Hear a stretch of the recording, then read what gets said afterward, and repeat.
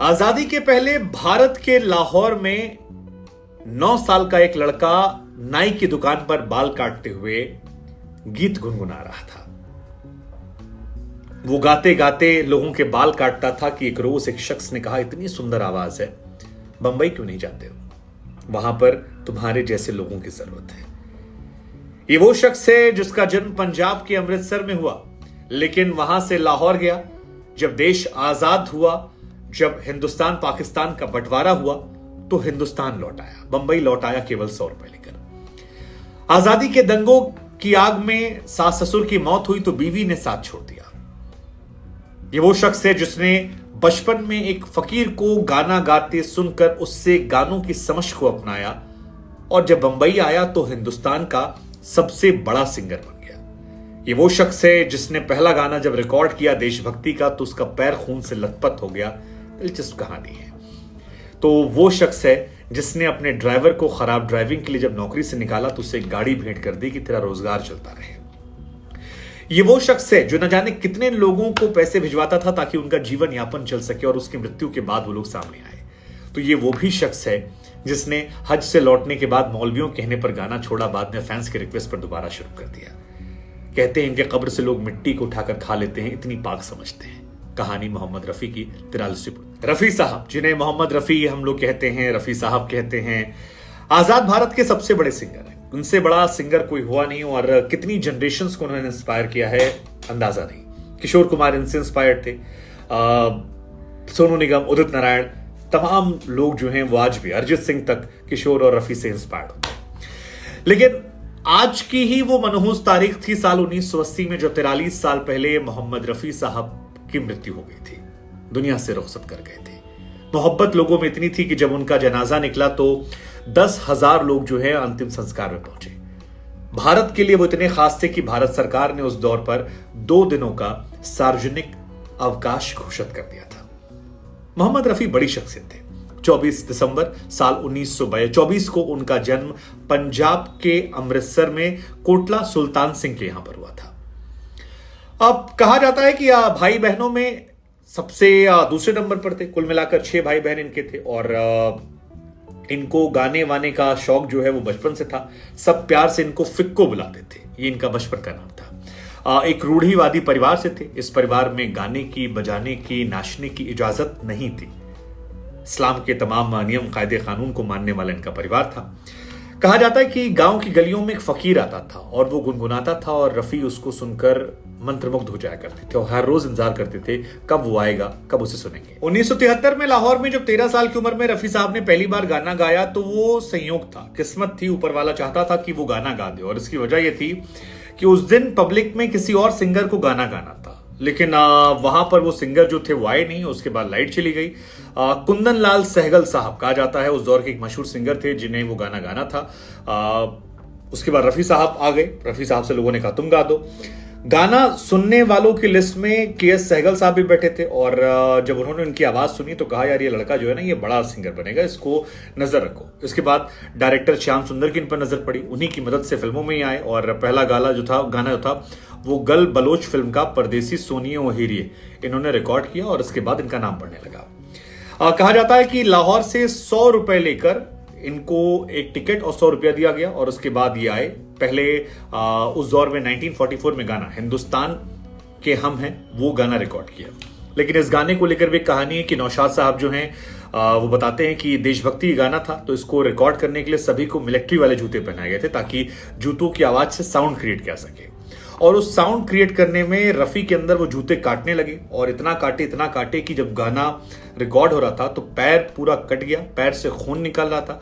हालांकि रफी के चेहरे पर एक मुस्कुराहट थी, चेहरे पर नूर था कि भाई पहला गाना जो मेरा है वो ऑफिशियली रिकॉर्ड हो गया है, और बाद में वो पॉपुलर भी हो गया। रफी साहब ने 2 शादी की थी। पहली शादी जो थी उनकी 1938 में पाकिस्तान में बशीरा बीबी से हुई थी, और कहा जाता है कि उससे एक बेटा भी हुआ था। लेकिन जब हिंदुस्तान और पाकिस्तान के बीच में आजादी को लेकर दंगे फसाद शुरू हो गए तो उनके सास ससुर की इन दंगों में मौत हो गई, और बशीरा बीबी जो हैं इसके बाद उन्होंने सख्त हिदायत दी कि या तो हिंदुस्तान चुन लो या बीवी और बच्चा सुन लो।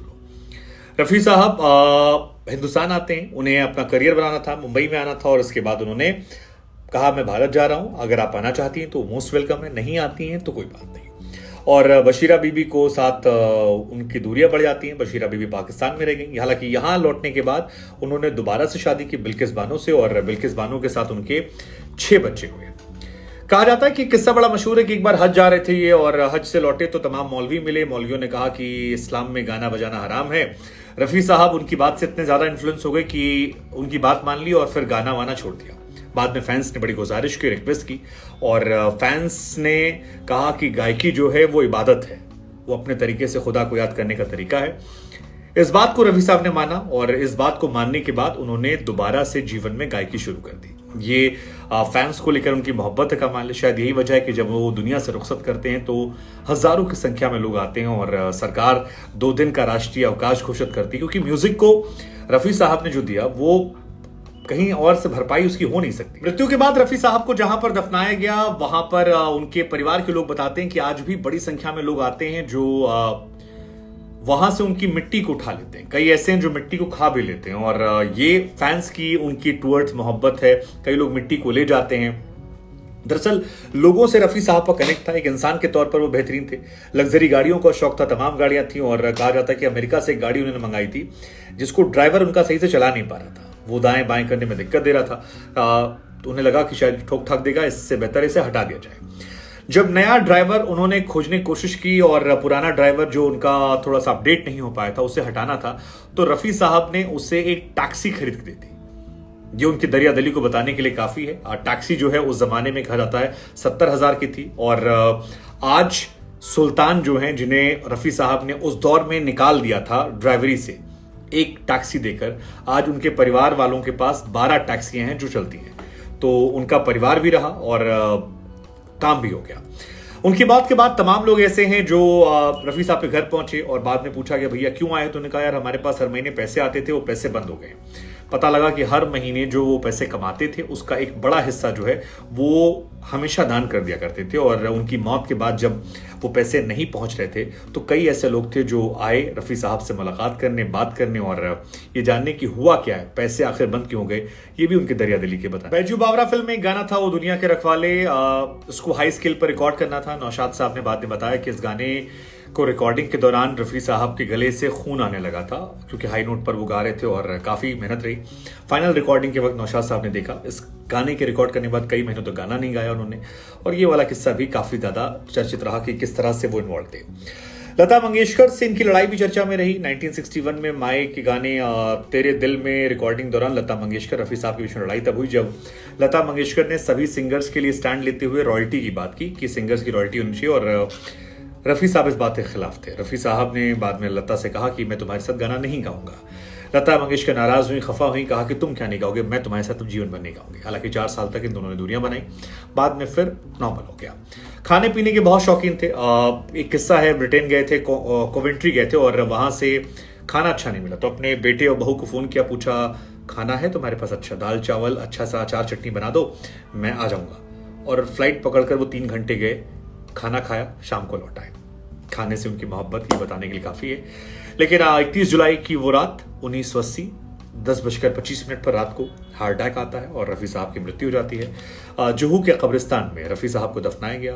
हजारों लोग पहुंचे, 2 दिन का अवकाश रहा। हमें लगा कि आज उनकी पुण्यतिथि पर यह कहानी आपको सुनाई जाए, रफी साहब को याद किया जाए। आपकी नजर में रफी साहब का फेवरेट गाना कौन सा है? आपका फेवरेट? बैजू बावरा फिल्म में एक गाना था, वो दुनिया के रखवाले, उसको हाई स्केल पर रिकॉर्ड करना था। नौशाद साहब ने बाद में बताया कि इस गाने को रिकॉर्डिंग के दौरान रफी साहब के गले से खून आने लगा था, क्योंकि हाई नोट पर वो गा रहे थे और काफी मेहनत रही। फाइनल रिकॉर्डिंग के वक्त नौशाद साहब ने देखा इस गाने के रिकॉर्ड करने के बाद कई महीनों तक गाना नहीं गाया उन्होंने, और ये वाला किस्सा भी काफी ज्यादा चर्चित रहा कि किस तरह से वो इन्वॉल्व थे। लता मंगेशकर से इनकी लड़ाई भी चर्चा में रही। 1961 में माए के गाने तेरे दिल में रिकॉर्डिंग दौरान लता मंगेशकर रफी साहब के बीच में लड़ाई तब हुई जब लता मंगेशकर ने सभी सिंगर्स के लिए स्टैंड लेते हुए रॉयल्टी की बात की कि सिंगर्स की रॉयल्टी होनी चाहिए, और रफी साहब इस बात के खिलाफ थे। रफी साहब ने बाद में लता से कहा कि मैं तुम्हारे साथ गाना नहीं गाऊंगा। लता मंगेशकर नाराज हुई, खफा हुई, कहा कि तुम क्या नहीं गाओगे, मैं तुम्हारे साथ जीवन भर नहीं गाऊंगी। हालांकि 4 साल तक इन दोनों ने दूरियां बनाई, बाद में फिर नॉर्मल हो गया। खाने पीने के बहुत शौकीन थे।